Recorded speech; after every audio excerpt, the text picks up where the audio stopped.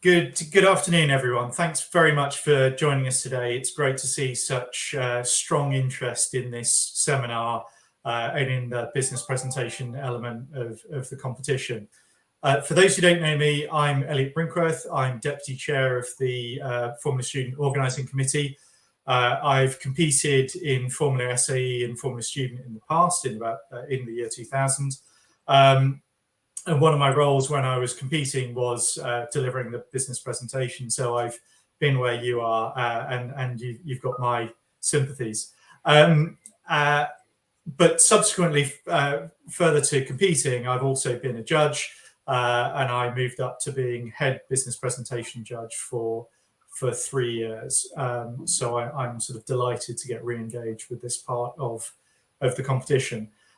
Each year at Formula Student, we have some really excellent business presentations, and they're of the quality you might expect to see in industry or in the work environment. It takes an awful lot of skill to get a compelling pitch covering all of the content that we're looking for in just 10 minutes.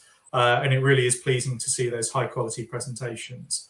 But that standard isn't necessarily consistent across all entries. So we're really keen to support teams who might aspire to being at that level of excellence, or even those that are at that high performing level who just want to improve even further.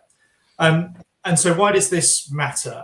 Well, I guess there's two factors to this. Firstly, within the context of Formula Student, these are some relatively easy points for you to score in terms of your participation in the overall competition. You can score equally well in this element of the competition, irrespective of your car design and your car's performance. So it doesn't matter if it's a single cylinder space frame IC car, or whether you've got a more exotic carbon tub 4-wheel drive EV. The principles of getting across your business pitch and making a compelling business case around it apply equally. In fact, you don't even need a car. So uniquely within the competition, we judge concept class and FS class together within the one competition. And we also we have, as well as the core Formula Student competition, we have the FSAI sub-competition where the same principles apply as well, albeit in a slightly different context. Secondly, and perhaps more important, is that presenting is a core skill for engineers, and it's one that you're going to need to use in your careers on a regular basis. And your Formula Student provides you with an opportunity to hone those skills in a low-risk environment, hopefully learn from what the feedback you've received, and apply that in your future careers. Now, there's plenty of resources to support you in this, and you can, a quick Google search will provide some helpful hints and tips. We've even got footage online of some previous presentation event finalists to give you an idea of the standard. But most important is understanding the rules, as with any part of Formula Student, and that's for Formula Student and for FSAI. And for those of you who are in the Formula Student event, I hope that by now you've all seen the special condition that you'll need to weave into your presentation. But in terms of today's event, we thought it would be really helpful to give a practitioner's view of what makes a really good or really outstanding business presentation. And to support us in that, I'm delighted we've got two speakers from McKinsey to offer their reflections on how you make a compelling business case presentation. So we've got Ivo Nikolov, who's the solution manager for people on organizational performance, and Christos Kapelos, a senior associate for product development and procurement. And as you'll hopefully have seen from their profiles, they're both Formula Student alumni, and they've had successful careers in the automotive and motorsport sectors. Ivo and Christos will give their presentation now. There'll be time for questions at the end. If you do have questions, can I please ask that you put your questions into the chat, and I will do my best to get through as many of them possible in the time available at the end. So I'd like to now hand over to Ivo and Christos to give their presentation. Thank you very much, guys. Thanks, Elliot. Thanks a lot for the great introduction there. Christos, if you can move on to the next page. We'll start by introducing ourselves. So as Elliot kindly introduced us already, we're two McKinsey consultants, both of us with experience in Formula Student in the past. So I'll start with myself. As Elliot said, I'm a solution manager, but what that really means is I'm a consultant who I focus on capability building for our clients, and my focus area is product development. That's because my experience pre-McKinsey was in product development in the automotive and motorsports industries. So worked across a few different companies. I used to be an engine designer.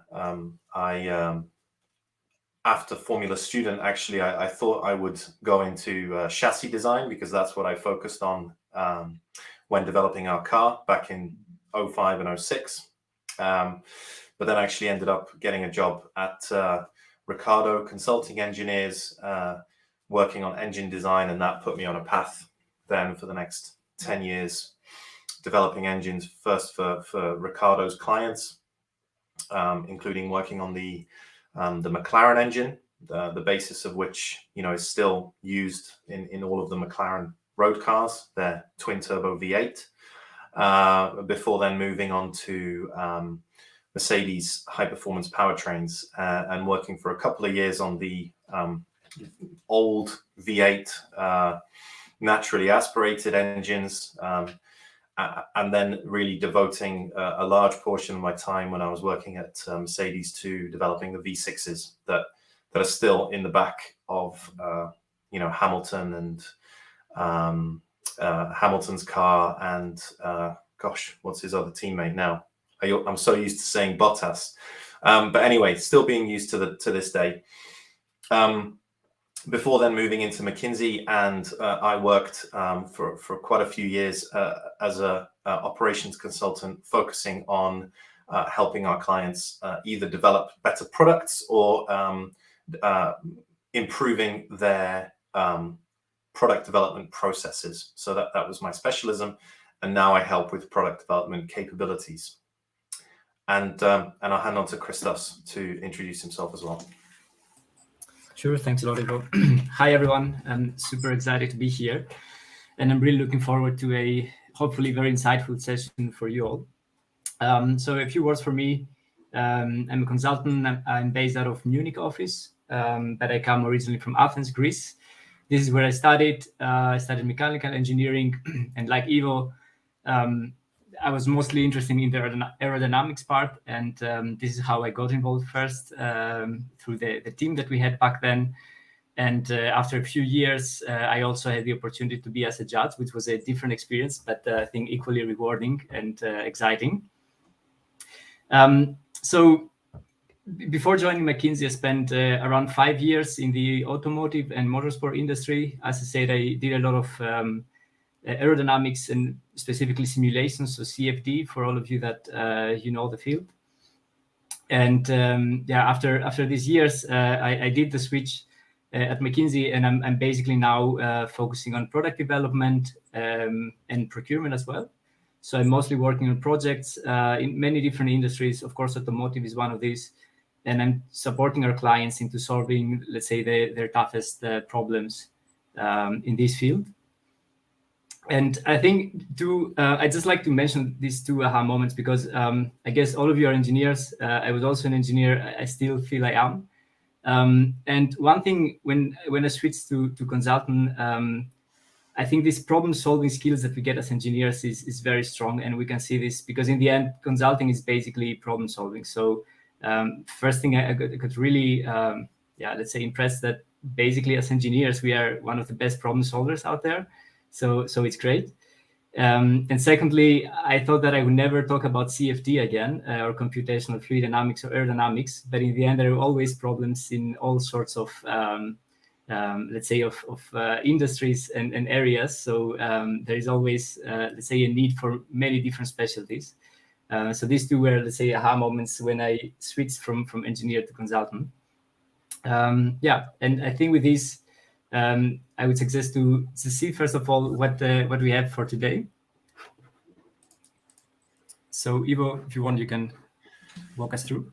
Yeah. So as Christos started discussing, I mean, we both have backgrounds in engineering, and we've transitioned into consulting.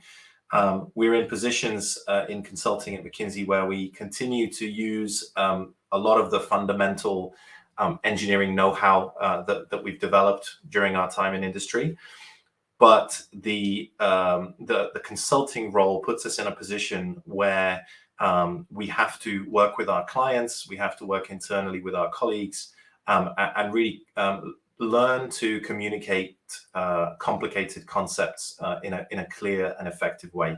Particularly when working with our clients, this is a core skill, and it's something that that took a period of transition for me to really learn this skill, and it's something that I'm excited to share with you guys today, and to hopefully put you one step closer to being able to deliver a really fantastic business plan presentation at the event in Silverstone.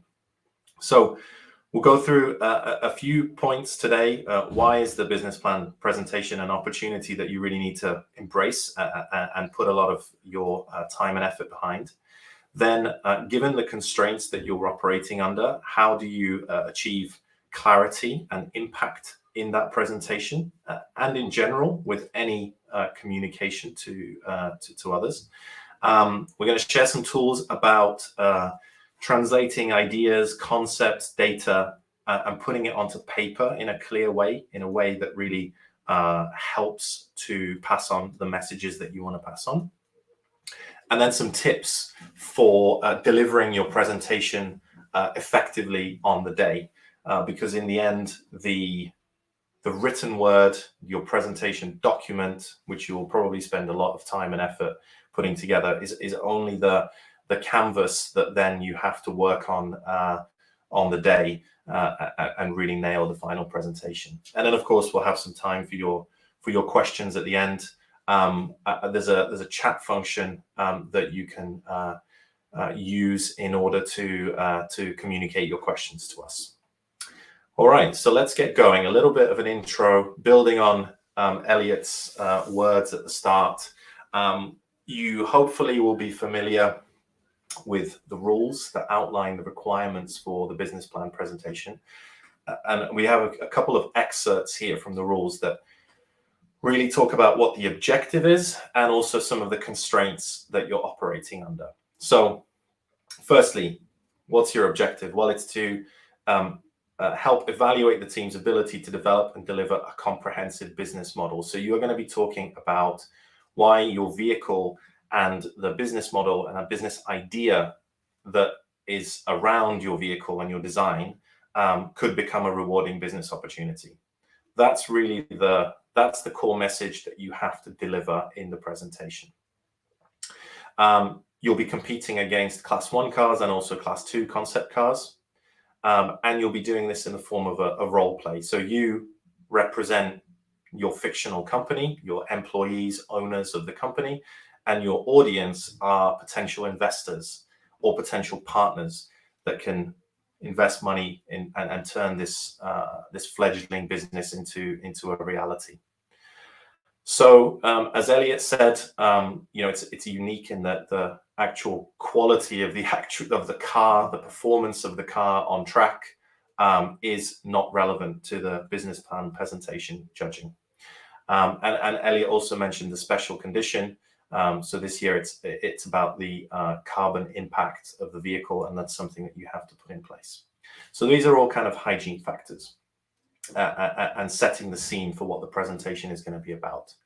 In terms of the format, I mean, let's start with the most pressing thing. You have 10 minutes, and anything shorter than 9 minutes or longer than 11 minutes will be penalized. If you're overrunning, you'll be rapidly asked to conclude the presentation.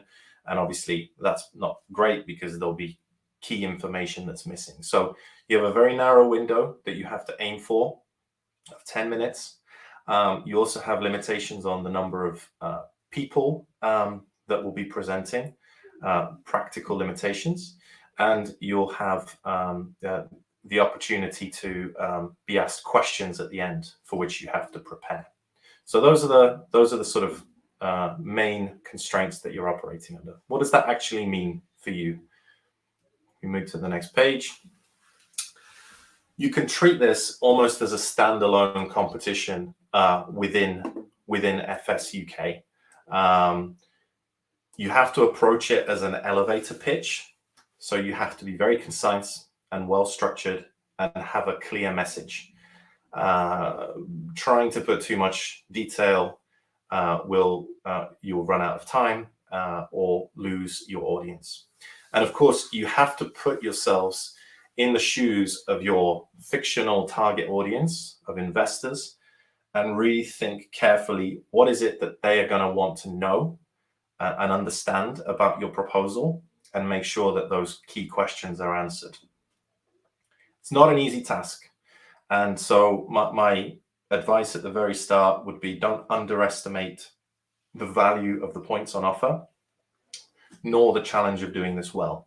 And think about how you can really shape your team so that you can deliver this presentation effectively.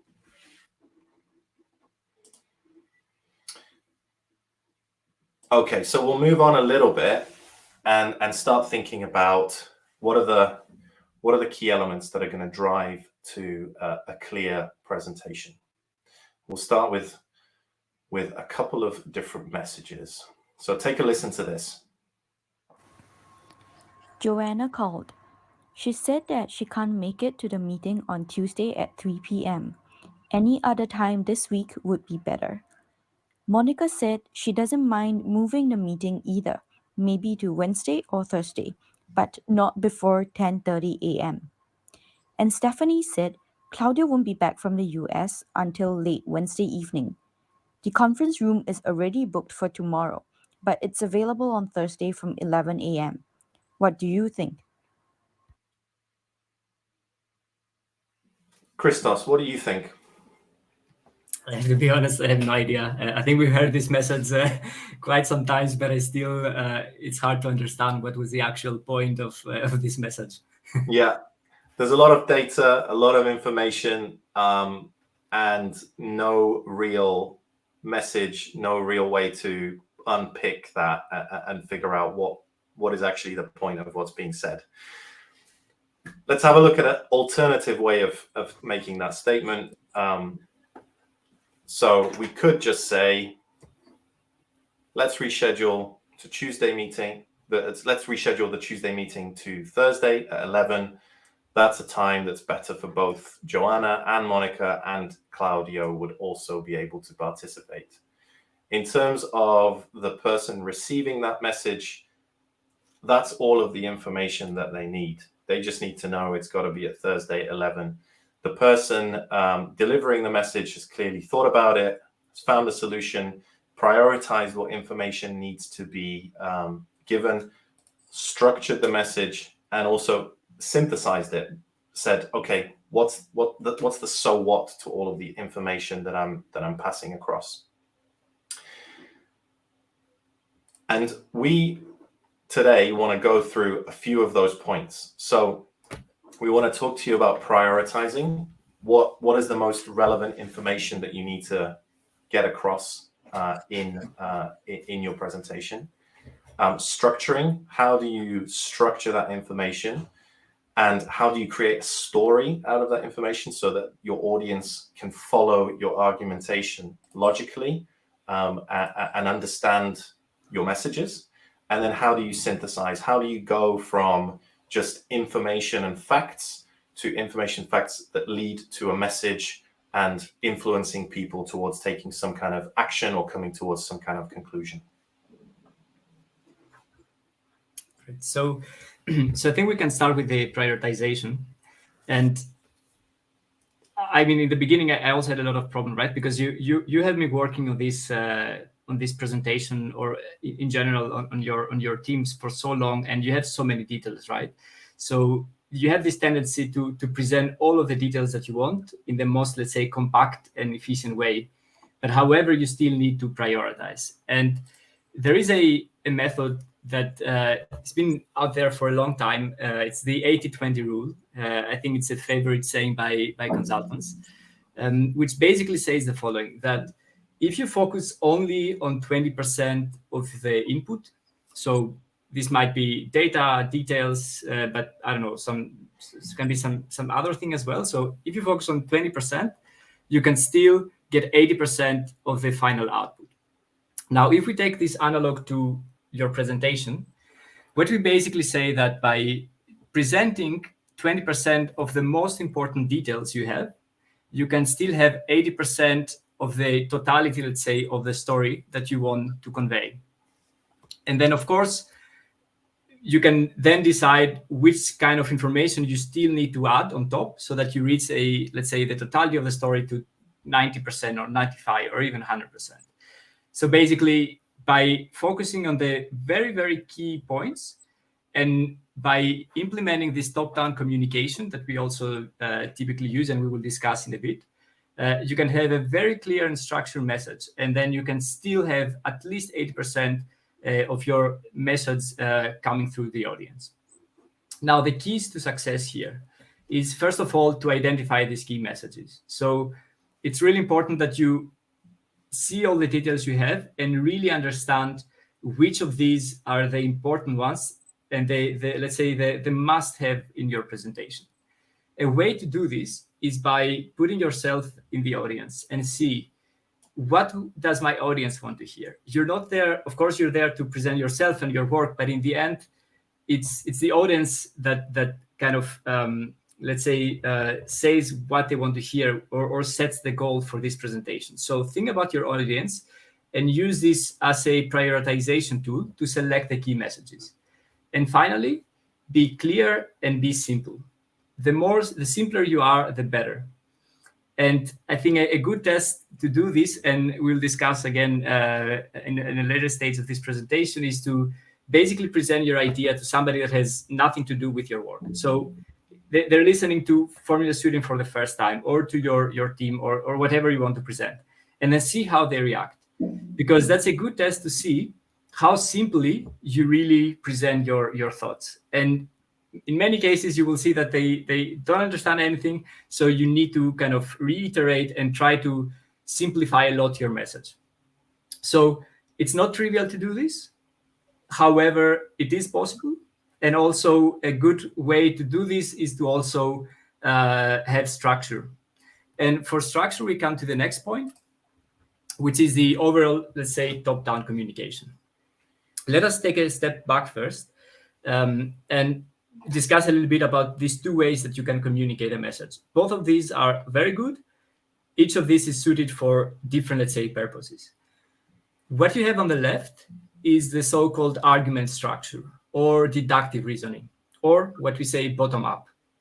What you see on the right of the screen is the grouping structure, inductive reasoning, or top-down. Now, the left is something that you might be super familiar with. It was also the way I used to communicate everything in my life until I actually started thinking more about top-down. It's how like academia works in 80 or 90% of the cases. So you basically have a initial statement, then you add your further arguments, and then you lead up to the final conclusion, or let's say governing thought. For example, in a scientific paper, or I don't know, if you do some work on your master thesis or bachelor thesis with your professor, you start with saying let's say, initial situation, what has already been researched on this topic. Then you move on to your own kind of assumptions, I don't know, experimental or numerical setup. Then you move on to the actual design of experiments. You say the results, and then after all this journey, you come up to the conclusion and say what you finally learned from this. Now, a very big advantage of this method is that you can basically really connect to a very critical audience that is there to focus on your reasoning. And that's exactly why we see this so commonly in the academia. However, as you see, you go through a very long train of thought, And there is, of course, the danger that you will lose the audience, because they're still waiting. They're going through all your points and all your ideas, but they're still missing the so what, which will come only at the very end. And that's why we have the top-down communication, where you basically start from your governing thought. So you hit them in the very beginning with your key message, the so what you want them to learn from you. And then you explain how you come up to this. This is very effective for action-oriented audiences. It has some major points that you can easily kind of remember and walk through. And if someone kind of disagrees with one of these reasonings, it's still easy to kind of, let's say, discuss and persuade them. And they don't completely destroy your whole argument. However, it can be considered a little bit more direct or more forceful. Now, what we typically recommend is that for business presentations, you have to be more top-down. So you have to start from your key message and then lead the audience through your reasoning and how you reach this conclusion. And the way to do this is by basically using the pyramid principle. And as simple as you might expect, the pyramid principle has on the very top the governing thought. So this is, let's say, the key message. And then you have some other layers or levels which follow, which are related to, let's say, the bucket that is above. For instance, you have the governing thought, then you have the key line arguments, and at the very bottom, the base are the supporting data. And this is exactly how you communicate this from the top, from the governing thought, to the bottom, to the supporting data. And three key, let's say, elements in this technique is, first of all, to the synthesizing and reasoning. So basically, at any level, so if you're here in the governing thought, this is basically the synthesis of all points that you have in the level below. So the governing thought is a synthesis of all the key line elements. Then the second part is the grouping, meaning that for each group that you might have, there should be, let's say, related to the same key idea. And the final is the ordering, where you basically, it basically says that the ideas in each group must also be logically ordered. So this is how you basically use the pyramid principle to structure your ideas and to be able to communicate them in a top-down way. Now, how do we build this? It's super easy, at least at glance, at the first sight. You basically ask questions to yourself. So the first basic question that you ask yourself is, what is the point of my presentation? What is a key message? And the answer to this question will be your governing thought. And after you have this key message, then you start asking other questions like why, how, in what way. And the answers to this will essentially help you build the level below, which is the key line. And then again, for each of these buckets, you ask again, why, how, in what way. And then again, for each bucket, you will end up with more, let's say, ideas. For example, the governing thought could be that you have built the best racing car. A question would be why. Why is because you're passionate in your work, in racing, in motor racing. How could be, you can say we designed it and we manufactured this. So you have one of these light blue buckets would be because you're passionate. The other would be because you manufactured this, and the other would be because you designed it. And then you can ask again, how did we design it? And then you have your supporting data below. So with this way, you can basically logically start from the governing thought, and then setting these questions, you come up with the, let's say, the key line or the supporting data that you have below.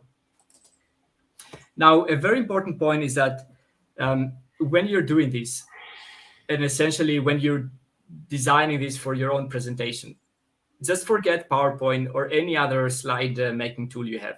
Start with a piece of paper and just write down everything so that you kind of put aside the whole design aspect of this. We will talk about the design in a few minutes. But when you start with your overall storylining, just start with a piece of paper. Prepare your storyline as we discussed. So you start with these basic governing thoughts, or let's say arguments, like you would have in an executive summary. And then for each of these, try to think of one or two kind of key messages that would support this particular argument. And you can think of these one or two additional, let's say, supportive arguments as additional slides or pages you might have in your deck. So essentially, when you do this, you will end up with a dummy deck or a ghost deck, as we might call it, where you have a very structured and very top-down storyline, starting from your key messages. And for each of these, you will have the corresponding, let's say, supporting ideas on a page. And how this would look like, as discussed on the very left, you're starting with a pyramid structure. You have your governing thought. Then you put it down on a paper. It's just a dash dot simple, let's say, writing here, as you see. So the key action or reason, and then sub actions that support this for each of these. And then for each of these lines you might have, you can afterwards start building up a page. And then you have your draft document. And then it's really simpler as it sounds. The only thing you have to do is to just bring the fact, bring the data, bring the imagery that you need to really create this slide and essentially finish up with your presentation. Maybe let's put it into a practical example, Christos. Mm-hmm. If in this case your overall message, and I'm assuming your overall message is going to be, we believe we have a fantastic product that you should invest in. That could be the governing thought. We have a very investable business plan. Then what could be the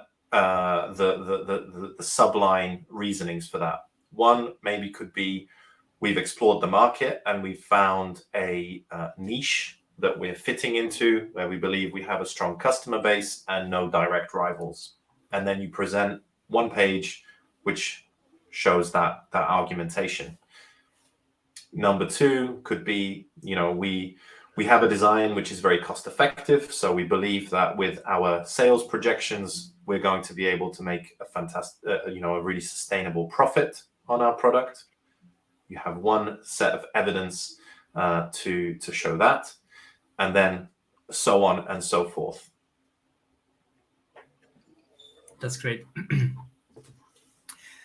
Perfect. So once you have nailed the structure, then the final part is the synthesis. And here, I think it's just important to differentiate between these two similar words, synthesis and summary, which, however, are very, very different. Summary is basically when you look into all of your data and facts, and then you just, let's say, repeat them in maybe a more orderly manner or a more prioritized manner. However, synthesis is a step further. So you look into the facts and data, and then you basically extract the key message or the insights out of this. So it's very important in your presentations to focus more on synthesis than on summary, because summary, anybody can walk through the data and just find the most important ones and just repeat them. But what your talent and knowledge and experience is basically let's say, it can be used to really extract the insights and explain to the audience what is the so what do we learn from this fact and data. To bring it back to the example of the phone call scheduling or the meeting scheduling, we could have summarized by saying, Joanna can't make it on Monday, Tuesday, and Wednesday. The other person cannot make it on this day. The synthesis is to say, the time for this is Thursday at 11. Let's do it then. And that's a super simple example, but that's kind of the what we're aiming at. We're aiming to say, here is a lot of data, and here is what we believe is the conclusion of that data and the corresponding action that you need to take or conclusion that you need to make based on this data. That is the synthesis element. Great. And I think with this point, we come to the next part of or section of our presentation, which is mostly once you have all these ideas and once you have the, let's say, the structure and the synthesis and everything, then how do you translate all this onto paper? Thanks, Christos. Let's move on one more page. So the structure is incredibly important, but in the end, for each one of those bits of supporting evidence, that lead to your overall conclusion and governing thought of your presentation and the objective of your presentation, you're going to have a page, one PPT slide, if assuming that you're choosing PowerPoint as your delivery means. So there are a few key concepts or golden rules that we tend to try and follow in order to make our presentations legible, memorable, and most of all, easy for people to follow. The challenge that people have is that they will be wanting to listen to what you're saying. They will also be reading the page. So if we can, set up the messages that you want to deliver verbally in the best possible way with the page and make that page clear, then they can scan that content and listen to you. And both of those things are very important. So let's go through a few of these golden rules. Number one, have a single message per page, and try and use the title of the page to convey that message in as concise a way as possible. So let's say you have a table of data. You could name the chart results and have your results page, or you could have the results, highlight some of the patterns that you're spotting, and actually say our results point to conclusions A, B, and C. Have that as the title.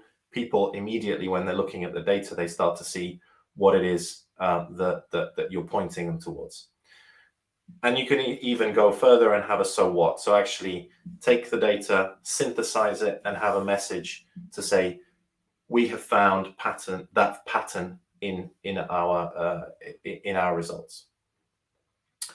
Number two is try and have simple visual layouts. We'll go a little bit into that on the next page. Presenting information in a visual way is super helpful, specifically data. We want to also limit the amount of data. So if you have, a big spreadsheet that's projecting your sales figures, you want to try and find a way to present that in as easy a way to assimilate as possible. And back to the simple layout, things like not overwhelming people with visual stimulation, having lots of different fonts, lots of different font sizes, etc., is a good way to keep things simple. So maximum 2 fonts per page, maximum 2 font sizes per page. It helps to keep things simple, make it easy to read. Number 3, clarity of content. So labeling and defining content appropriately. If you have a data table, name that data table so people understand what it is. Use highlighting to focus on key areas for attention. For example, on this page, you'll see that some words are boldened. That's one way to highlight, one way to show what is the most important element of a particular statement. And provide always sources and footnotes so that you know where your data is coming from. Then the final one, number 4, using effective style. We're talking about writing style, trying to be as concise as possible, use the fewest possible words. This is something that as a consultant, especially as a junior consultant, you hear quite often, being asked to de-word things, to say things in as concise as possible a way. Using parallel statements. If you have a list of bullet points, for example, making sure that they are all written in the same way, parallel in terms of the level that they're at, level in terms of the messages that they're putting across. And finally, check for typos. Make sure that you have that base level of professionalism and the hygiene factor that everything is grammatically correct and well presented, without simple errors, because those things tend to do away from the experience of the audience. Okay, so let's look a little bit also at presenting data, because especially for a business plan, which is what you're presenting, you will have data to back up your argumentation. and you need to choose the best possible way to present that data. We've highlighted 4 different data presentation methods here on the page, each of which have pros and cons, most effective uses, and also things that you need to watch out for. So we'll go through them in order. Scatter plots, fantastic for showing relationships or correlations between different parameters, but sometimes difficult to understand or difficult to see that pattern. So it's really important to use additional visual aids such as highlighting or different colors, supporting lines such as an average or other relation or trend lines, for example, in order to show the patterns that you're trying to highlight. Stacked bar charts are another one that we use very often.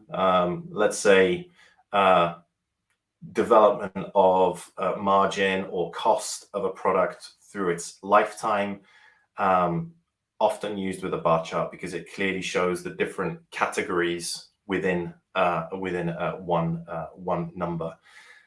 If there's something that you're specifically trying to compare, for example, development of cost with time, then always have that category at the bottom so that you can clearly see how the relationship is changing with any other parameter. Line graphs are really good for comparing different series to their peers, and it's always important to highlight very, very clearly the one line that you're most interested in showing, blurring everything in the background, and actually putting a so what in there to explain really what it is that you're trying to show. And the final one, Waterfall Graphs, again, a really powerful data visualization tool that shows how things build up. We typically use it a lot for cost. We also use it a lot for, let's say, carbon contribution of a product to say within the different categories of a product, the chassis, the engine, suspension, emissions control, whatsoever. How does the cost add up to the final cost of the product? Or how does the carbon contribution from manufacturing and logistics, etc., show up? So you can use all of these tools to put a lot of data on a page in a really clear way and in a way that's very easy to talk through when you actually end up presenting this in person. And I think Waterfall is, as you said, is a very powerful graph. So please give it a go. I think it's not so much used, at least in university years for some reasons, but give it a go and you'll see it's a very nice graph to use for cost split or things like this.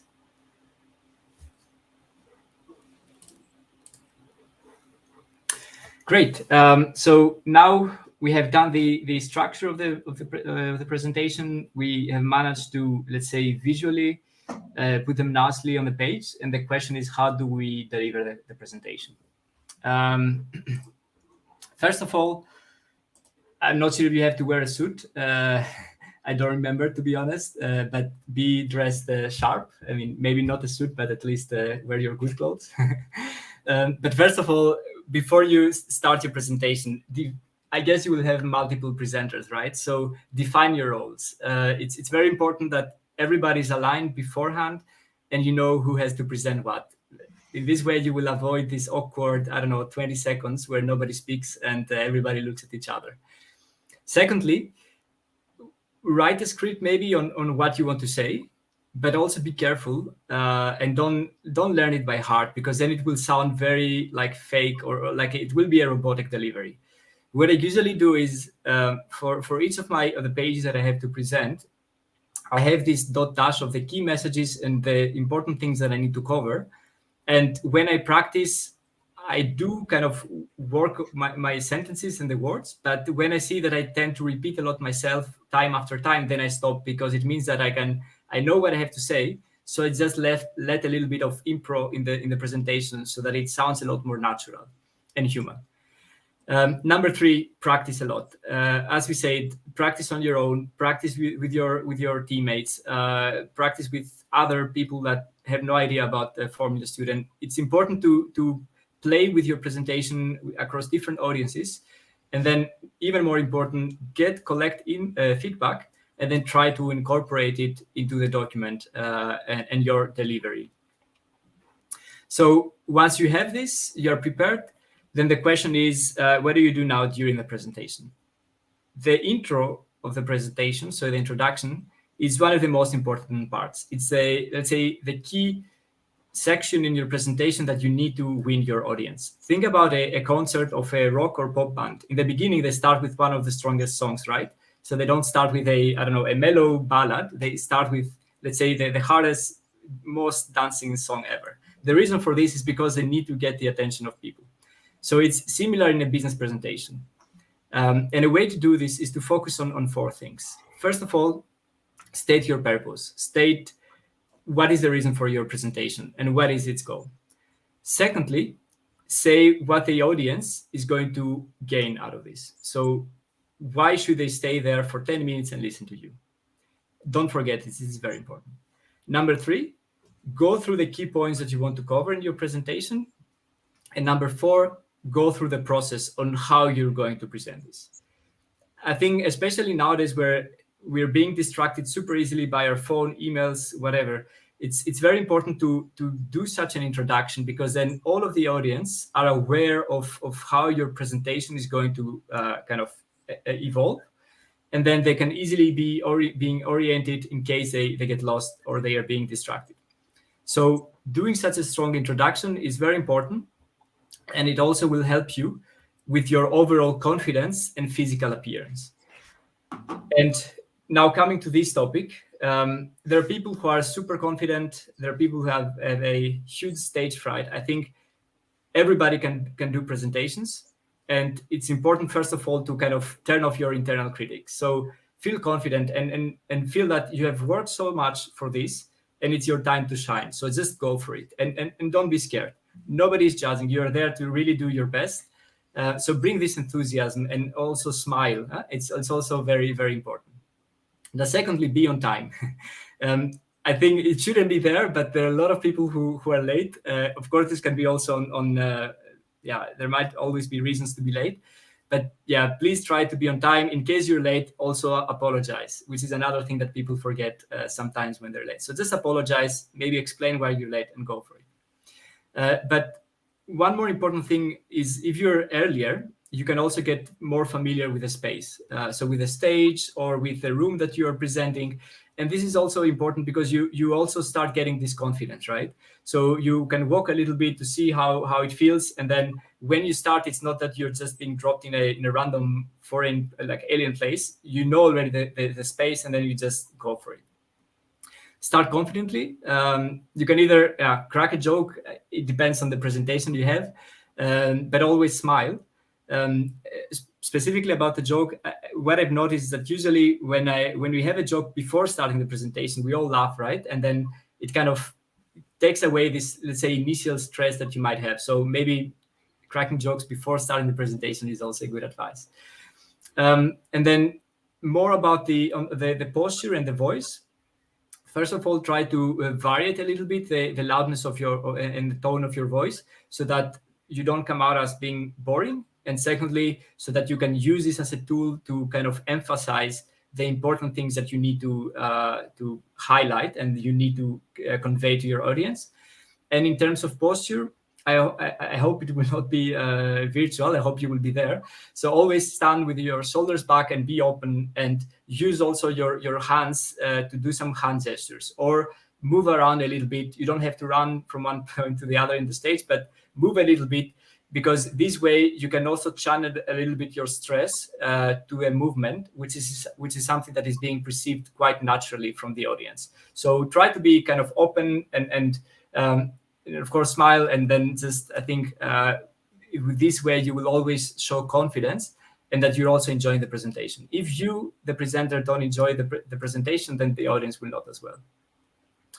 So, sorry, Ivo. Christos, maybe 2 points I want to make. One on the previous page, just to anchor and build on something that you said. We can move back one. Oh, there we go. So one thing to say about the introduction. The payoff and the summary preview are your opportunity to already start anchoring what is your governing thought. So when you talk about the payoff, you can also start talking about what is it that you want your audience to think at the end of the pitch, and state that from the beginning in the introduction. Today, we're going to tell you about why our business plan is bulletproof. I'm not saying to take those specific words, but think of it in that way. And then the summary preview, one thing to point, you want to summarize what the content of the presentation is, but it's important to do that without going into detail on any of the points. You really want to have it as just an anchor, something that's in the back of the audience's mind to say, okay, here are the 3 main points that we're going to go through in the presentation, and do it clearly but quickly, and not really elaborating too much. So the presenter's role is to frame what the overall discussion is going to be throughout the next 9 minutes, let's say. So it's a really important role. And then one final point on the next page, Christos, about the varying of tone of voice, moving, being able to use the space and move around. You have the advantage of being able to have multiple presenters, and that will help, because listening to a couple of different voices is always nice, rather than listening to one voice the whole time.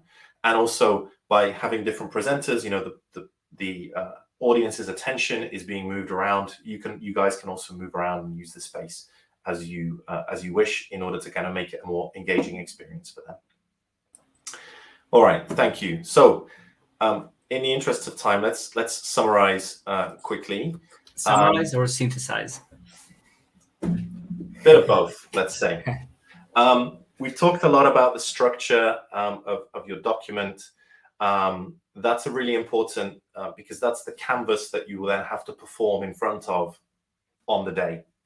But it's by far not the only element. So the journey that you're going to go on over the next couple of months or month until the presentation, you need to start thinking about what is your message going to be for this pitch.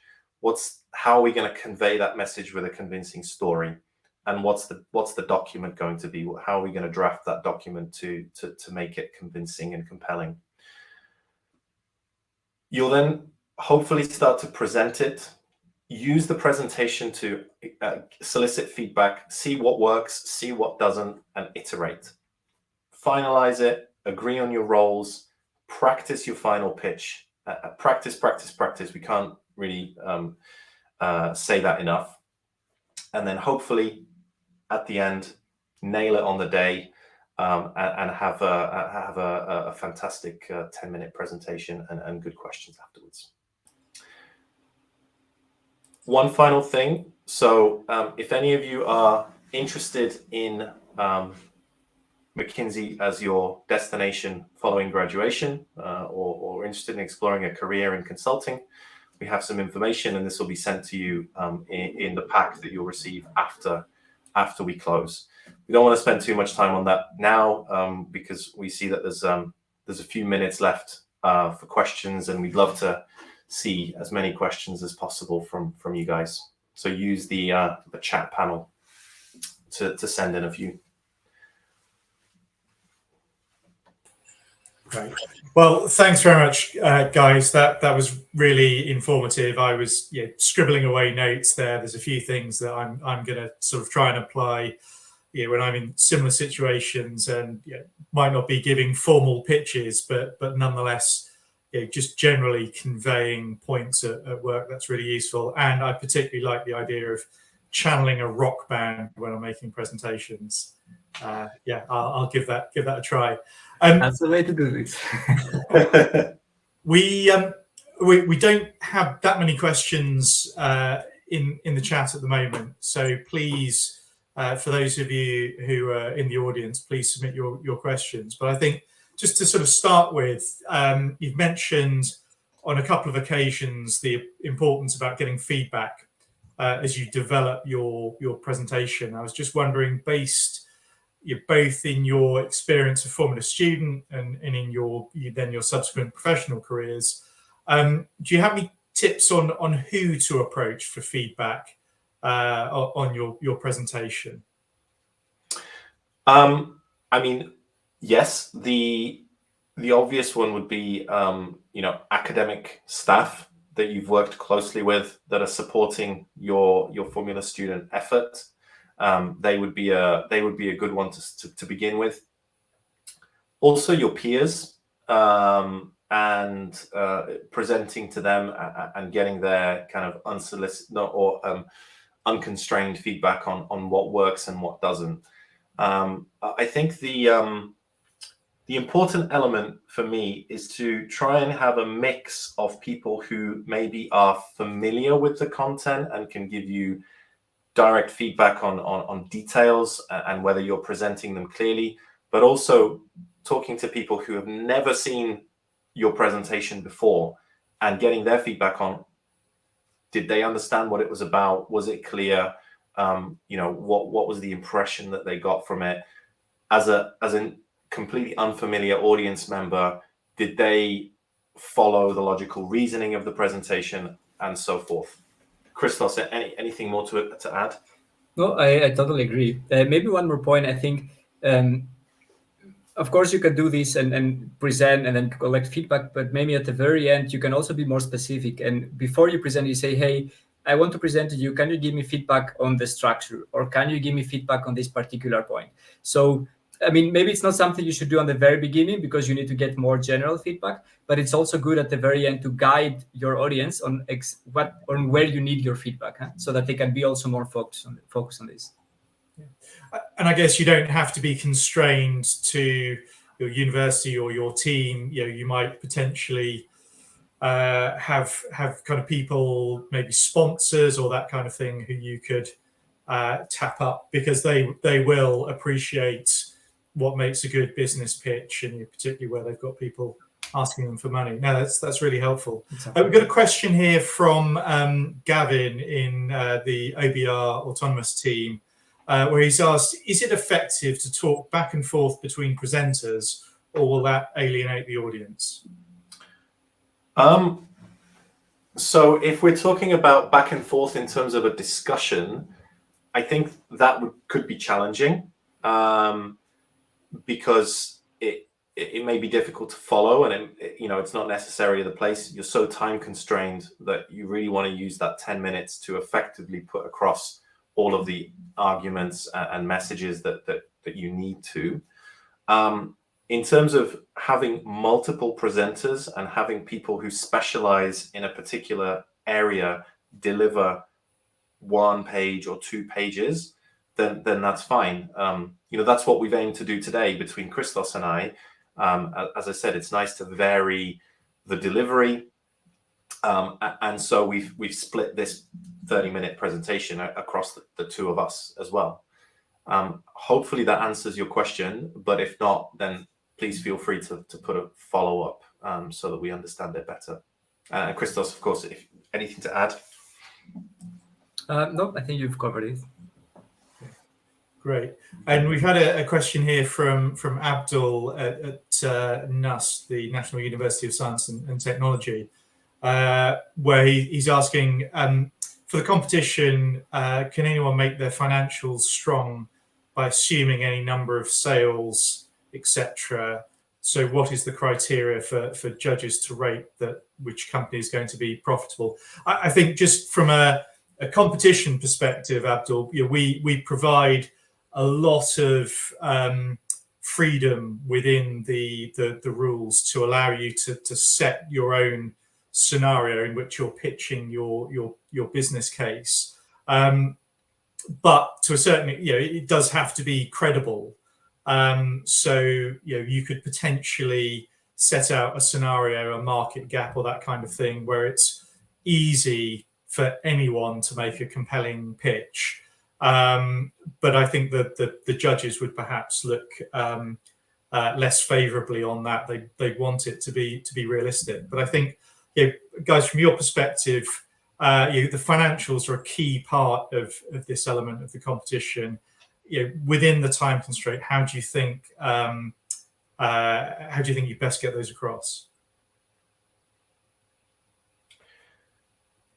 I think the important thing there is to be clear on what assumptions you've made, because that is the foundation of any scenario planning. And as Elliot already said, those assumptions need to be credible and have a credible ring to them. So if you're assuming sales figures, challenging the VW Golf, people are going to immediately look at that and say, okay, we just don't see this product as selling in those rates. So I would say try and make reasonable assumptions. Try and back them up with any sort of market data or benchmarking that you can find, and show logical reasoning as to why you've structured those assumptions towards the conclusion that you're making about your financial scenarios. Excellent. I'm conscious that it's now 4 o'clock and we've kind of reached the end of the time. Just as a final question, just maybe get your thoughts. I'm interested to sort of know who, from your personal perspectives, if you can come up with some examples of people who you think convey their message really well. I mean, the person who springs out in my mind is maybe someone of the likes of Steve Jobs, when he was still alive. I'm not sort of suggesting that everyone needs to turn up in polo neck shirt, turtleneck shirts, etc. But he had a very clear message, very simple slides, but nonetheless got his message across. And I wonder, putting you guys on the spot, whether there were any people who you thought our teams could role model. I'm not going to name an individual, but I'm going to say that things that I've seen where the messaging has always been really good and really clear are TED Talks, for example. So TED Talks are very time constrained. They can be anywhere from 10 to 20 minutes. And typically the concepts that they're trying to put across are can be quite complex. And depending on the individual, they have visual aids or they don't have visual aids. They're just telling a story. But if you listen to and analyze the way that a good TED Talk is delivered, typically it really does follow that top-down messaging structure, and people are able to weave really engaging stories while maintaining that top-down structure. So they start with an intro. Today I'm going to talk to you about this, and I'm going to hope that by telling you this, you will make such and such a change in your life, for example. And then they start going into their argumentation. And I find them to be engaging and also easy to follow and memorable. And those really are the signs of a good presentation. Excellent. Christos, is there anyone you'd highlight? Agree. I think on top I would just add, I think good journalism, because it's also in the similar direction, right? So you have maybe an article where you can read the title and you basically understand what it's about. So they have synthesized very well the so what, and then you can go through the article and really get the important facts. And I think there are many of these that mostly financial articles, right? That have the title, then they have the 3 points for executive summary, and then they continue. So it's basically exactly this type of communication, top-down communication, which you need, especially when you just want to read through quickly an article. No, thank you. Excellent. Well, that brings us to the end of this seminar. Really like to thank Ivo and Christos for their time today, for that really thought-provoking presentation. I hope that everyone who's online today will reflect on what we've covered today, try and incorporate that into their presentation planning. We'll look forward to seeing some hopefully great presentations next month. We'll follow up with the slide pack and some further resources. As I said, there's other resources online. You don't have to do a particularly sophisticated Google search to find some really helpful material to sort of assist you. So all that's left to say is best of luck with the rest of your preparations, and we'll look forward to seeing you at Silverstone. Thank you all. Looking forward to seeing some of you in person, hopefully at the event. Thank you so much. Thank you.